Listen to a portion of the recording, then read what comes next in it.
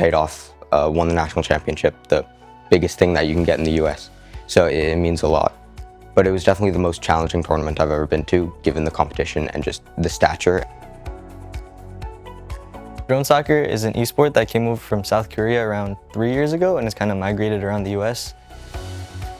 You learn how to design, you learn how to research, you learn how to test what different aspects change things, and this can all help in an engineering standpoint.